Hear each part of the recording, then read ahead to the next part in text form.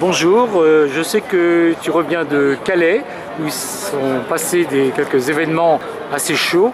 Alors est-ce que tu peux nous dire un peu l'ambiance là-bas, qu'est-ce qui se passe, la répression, la résistance, voilà.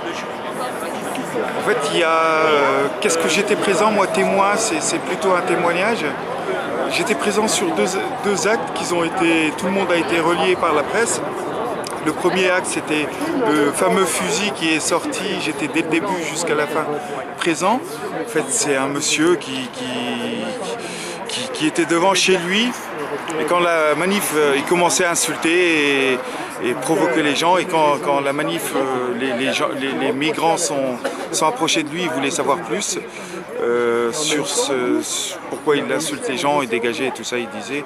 Donc il s'est énervé, ça commençait à chauffer un petit peu. Son fils qui a fait sortir un fusil, on a compris que... Moi j'ai vu, c'était un fusil, c'est pour billes ou comment on appelle ça. C'était pas un vrai fusil, mais ça faisait peur. Donc bien sûr, quand vous venez devant, il y avait environ 3000 personnes, vous faites sortir ce fusil. Oui, je sais qu'ils disent 2000, mais nous on estime que c'est 3000, c'est pas 2000.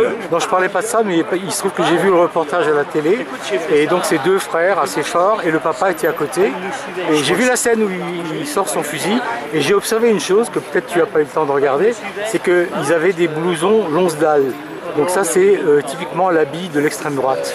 Écoutez, on les connaît en fait, ils sont avec Sauvon Calais, le fameux ils traînent souvent avec Kevin de l'extrême droite, Sauvon Calais, cette branche de l'extrême droite, ils traînent souvent. Puisque moi j'y vais souvent, donc on sait que ce jeune homme, il est souvent avec Kevin, on sait qu'il est de l'extrême droite, donc il n'y a pas photo. Un autre événement que tu as vu? Le deuxième acte, c'est qu'ils ont pris, c'était l'extrême droite qui a repris beaucoup ça, c'était la statue du général de Gaulle qui a été taguée, Nique la France. En fait, c'est pas un migrant, parce qu'un migrant, les migrants qui sont là-bas, ils savent pas écrire le français, ils savent pas le truc. Secondo, cette personne qu'on a vue de l'NPA qui dit, non, excusez-moi, pas l'NPA, mais plutôt de Antifa. Ben, bizarrement, on buvait un café. En fait, une voiture s'arrête pour ce monsieur avec un truc et son copain. Il s'arrête et c'est une voiture blanche avec une dame qui a des bottines comme ça, qui a un brassard police. Il descend sa cagoule et il monte avec eux. Donc là, c'est les questions. Nous, on se demande c'est quoi ça. Mais je l'ai vu, c'est ça le choquant. Il y a un monsieur, le chauffeur, c'est une voiture blanche. Le chauffeur, c'est un monsieur crâne rasé, grand.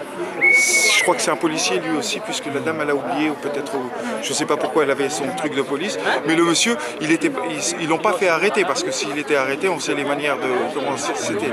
Oui, il y avait beaucoup de, ils nous ont coupé aussi. La police était très très agressive. Ils poussaient les gens, oui, et ils sont venus avec des canons à eau, non? Canons à eau, mais ils tenaient des trucs que j'ai jamais vus. Moi, c'est peut-être avec des gros canons, peut-être des flashballs ou je sais pas quoi. Ouais, c'est très impressionnant en fait. Ils étaient infiltrés ils étaient partout avec leur Go, Pro, je ne sais pas quoi, ça se voyait. Mais par contre, la police, les messieurs moi je croyais que c'était des photographes. Quand le monsieur provoquait, ils n'ont pas intervenu. Ouais. Ils ont intervenu quand le monsieur, il y a même un Paul qui a reçu un caillou sur lui de Strasbourg. Le monsieur, il a envoyé le père il a envoyé de chez lui un caillou ou une brique, il l'a reçu sur son pied et on était un petit peu, on va dire, à 20 mètres. Et c'est tout à fait normal après les réfugiés qui vont jeter des pneus, les pneus qui étaient par terre, on se baladait pas avec des pneus quoi, ou des trucs, des projectiles. Et en fait, il y a aussi une répression judiciaire, parce qu'il y a un procès, je crois, aujourd'hui. Il y a un procès pour... une citation directe, quoi. Oui. Flagrant délit, quoi. Alors, je me demandais, parce que il y a d'une part des migrants là qui sont en justice, traînés en justice, et également, d'après les médias officiels, des no-borders. J'étais un petit peu étonné parce que qu'ils acceptent, comment dire, l'audience en flagrant délit. Parce que d'habitude, les gens un peu militants, ils préfèrent faire quelques jours de tôle, quoi, pour préparer leur défense. Tu sais quelque chose à ce sujet? Écoutez, pour l'instant, vous savez qu'aujourd'hui Frontex, c'est lié, hein, je suis allé un petit peu loin. On regarde la situation en Grèce, Frontex est avec les flics en train d'arrêter en Grèce des militants, des activistes pour la cause pro-migratoire. Ouais. Donc ça ne m'étonne pas qu'aujourd'hui en France, on s'attaque aux no border, on s'attaque aux militants de tout. Hein. Tous ceux qui aident les migrants.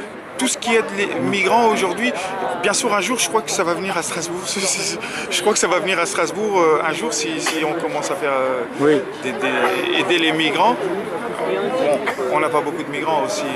C'est ce qu'on appelle le délit de solidarité. Exactement, délit de solidarité. En plus, ils ont mis les migrants ne veulent pas aller dans les baraques qu'ils ont mis.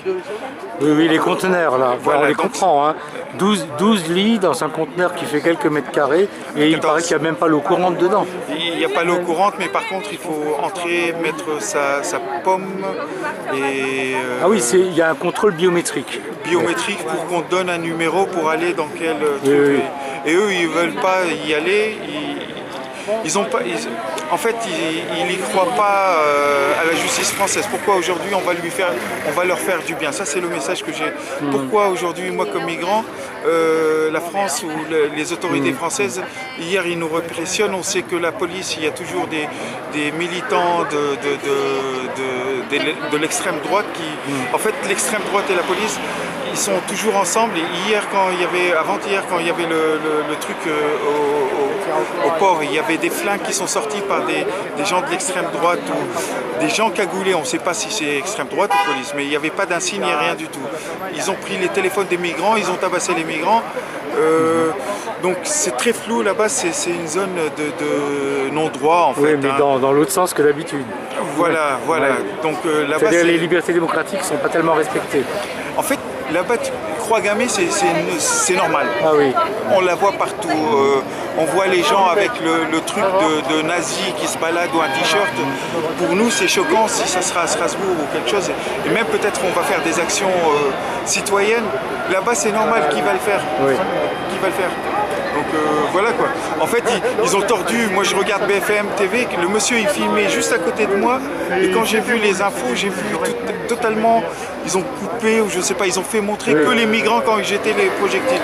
Le lendemain, ils ont mis. Tiens, il a pris un fusil. Au début, ils voulaient faire montrer que les migrants, c'est eux qu'ils ont attaqué, mais c'était le contraire. En fait, je vous assure, il était dehors et il insultait les gens tout seul. Oui, ça je l'ai vu, effectivement. Après, c'est totalement débile de venir provoquer une manif avec 3000 personnes, quoi. Il y aura toujours quelques-uns qui sont sensibles. D'accord, merci beaucoup, Athènes. Pas de souci.